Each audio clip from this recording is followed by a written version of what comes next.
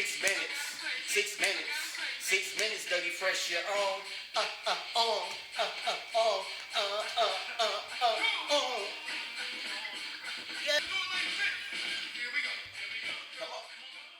Welcome back, everyone. It's your boy, Doug Wright, aka DW3, and we're live on location at Building Community Bridges, 213 East Ashley, Jeff City, Missouri 65101. What's up, everybody? How's everybody doing? I'm happy to be back sitting in front of y'all. So what I ask you to do is to hit the like button, hit the share button, and subscribe and pay this message forward, y'all. You know, we bringing these weekly shows to you about the BCB staff and what we do over here at BCB. So today I want y'all to give a big round of applause because it's an honor to have her on the show. Her name is Miss Alicia Edwards, and she is the executive director of Building Community Bridges. Welcome, Miss Alicia. How are you doing today? I'm doing all right. How about yourself, sir? Oh, I'm all right. Happy to have you on the show with BW3, baby. So let's kick it off and get right into it. Are you ready? I'm ready. All right. So with that, tell us a little bit about Alicia Edwards, Executive Director of BCB. And if you don't know what BCB stands for, it's an acronym of Building Community Bridges, a nonprofit organization that is 501c3. All right. Take the floor, Miss Alicia. Well, after that introduction, I hope that what I have to say next is just as exciting for our viewers. I'm Alicia Edwards. I was born and raised here in Jefferson City, Missouri. I'll be 36 next month. I have 3 children. My oldest one is 18, and you know how that goes. The life of teenagers, y'all. You know, everyone has a story, and so I can start way back from when I was just a little girl, or I could shoot forward to where I'm at now in life. But I think with sharing my story in a short amount of time, the most impactful part of my life that helps others transform and understand that they could do other things is I want to say my 20s. All right. In my 20s, I was coming through this phase of trying to redefine myself and figure out who exactly is Alicia Edwards. Right. I had been in relationship after relationship. I had my first child at 17, and coming out of a very domestic situation, and going back into another relationship, trying to soothe that past relationship, and I went on a break of dating altogether. Okay. I started doing plus size modeling. I was a student at Lincoln University. Wait a minute. You was a plus size model? Oh my goodness. That is a beautiful thing. Yeah, I kind of don't throw on the heels and the makeup and all that stuff on a regular basis. So I may not look like a model today. Hey, you know what I'm saying? But beauty is in the eye of the beholder, baby. And during my modeling, that really helped me realize and define who I was and where I wanted to be in the world, what I wanted other people to see of me, the image I portrayed, because I had been, you know, someone else's shadow for so long. And so I went into modeling, I started traveling, I got outside of Jefferson City and seen how people lived, not this small town mentality and people that are staying in the box, and you know, there's not a lot of people that have big booms of creativity. And so all those things that were aspects of myself were so deep buried within because I was never allowed to just be me. And so, you know, you have to conform to this person, what they want you to be for them, and what this person wants you to be for them, and then society, and then being a mom, what you need to be for them. So I took a break.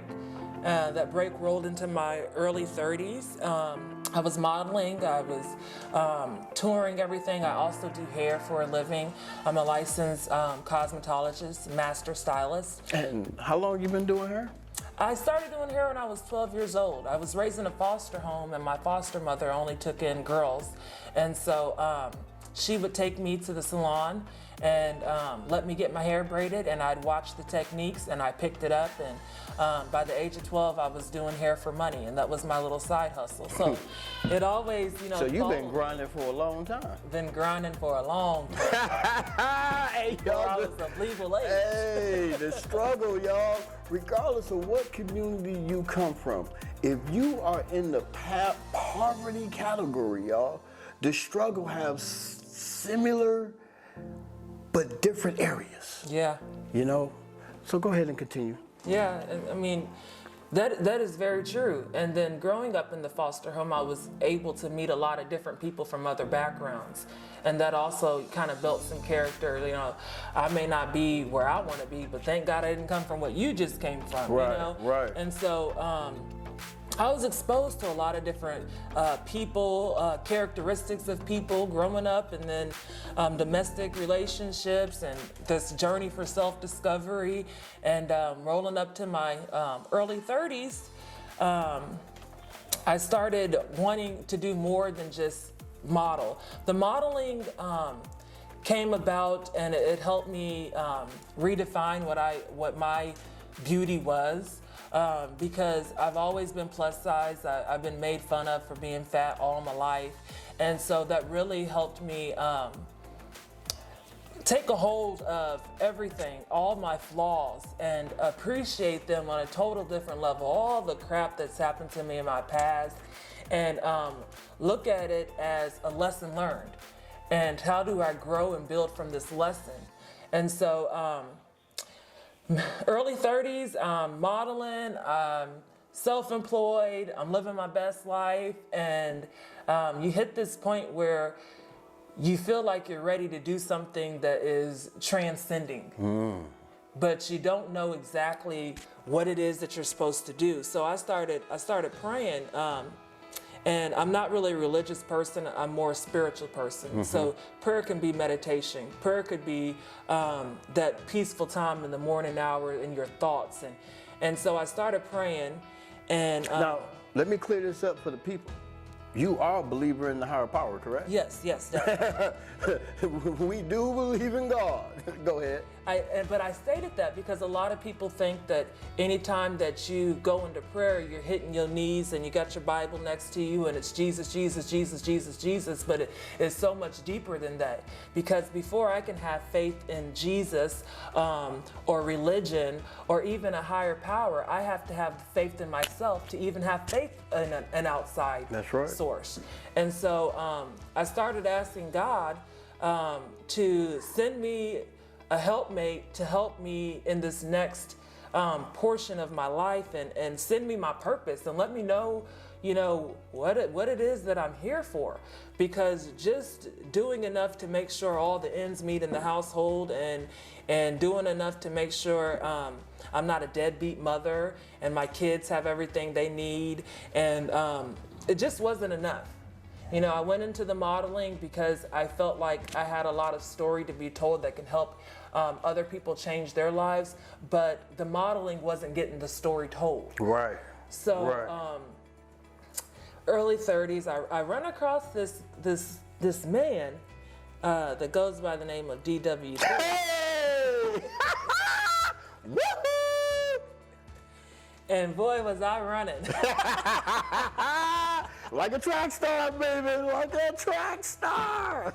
But I ran into Doug, and my kid was playing basketball, and he was like, he reached out to the coach and said, do you want to start your own basketball team? And they invited me to their first fundraiser, and I said it needs a little sprinkle of some women up in here to get everything, you know, organized and that structured. Woman's touch. And all that kind of stuff. And so after Doug, using my cosmetology background and sitting in the salon beauty chair, trying to get his bald head braided. Hey, we call that courting where I'm from. We call that courting, y'all. And courting, he did. It was the first time I've ever been courted. So it was the first time that any man had taken his time with me to get to know me and find out what it is that I want out of life, what it is that I want to do. And it wasn't just me being their support, their backbone, their homemaker, they baby mama, they bitch, or all the terms that define relationships nowadays. I had found somebody that was pouring into me, and Doug was like, what is it that you want to do? And I said, well, after doing all my traveling and seeing like entrepreneurship in black communities and black people being successful all the way down to the children, like when I was in New York, I seen kids with Kool-Aid stands and selling bottled water. I seen homeless people making art out of trash, but I didn't see any of this in my community. Right. And so you came to me and you had asked me what it is that you want, what do you want to do? And one of the things on my heart was a Black Business Expo. And you were like, well, do it. And I'm like, what?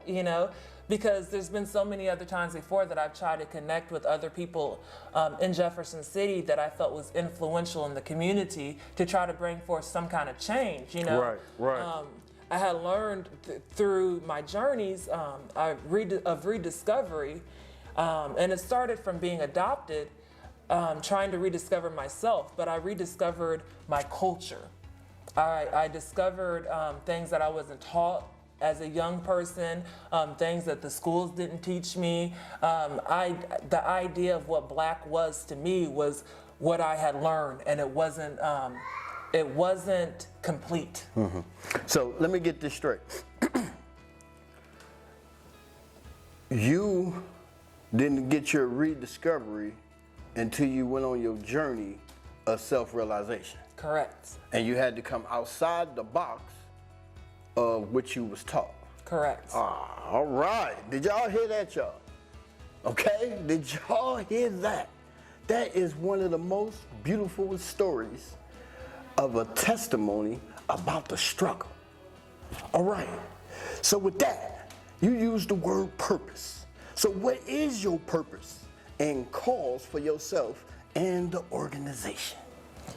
Well, I believe my purpose is to do good and to uplift my community in whatever means necessary.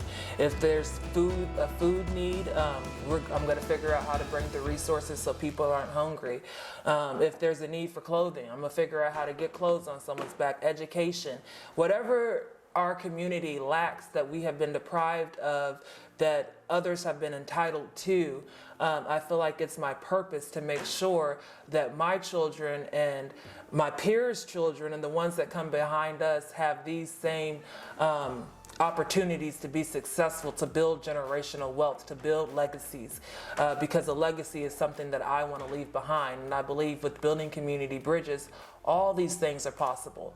And so my purpose is to do whatever it takes to make dreams come true, to establish successful communities within the impoverished, the low incomes, to take these people that have been cast away, that have had a label, that have had a stigmatism and that no one wants to be around, to let them know that you still have something in you. You're here for something. Right. So my purpose is helping others define their purpose. Since I've been on a journey and I know what I'm here to do on this planet Earth, and I believe I'm a servant and I'm here to serve and help others, I want to help other people be able to find their purpose so they can have that fulfillment in life as well. Yes. Hey, when you have people like us that wake up every day and the only thing on our mind is how are we going to pay it forward through this day? How are we going to help the next person as we help ourselves? It is a beautiful thing, y'all, to build bridges. And what I mean by building bridges, I'm talking about changing lives. All right, with that, what message do you have for the community and our viewers? I mean, always pay it forward. You can't be blessed if you're not blessing. Water your seeds that you're planting in life. If you want to see progress, if you want to see progression and change in your life, you've got to nurture those seeds. So everything that you put out there in the universe is what you're gonna get back.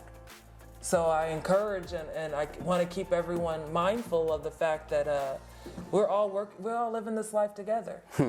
We all living this life together, coming up out of the struggle.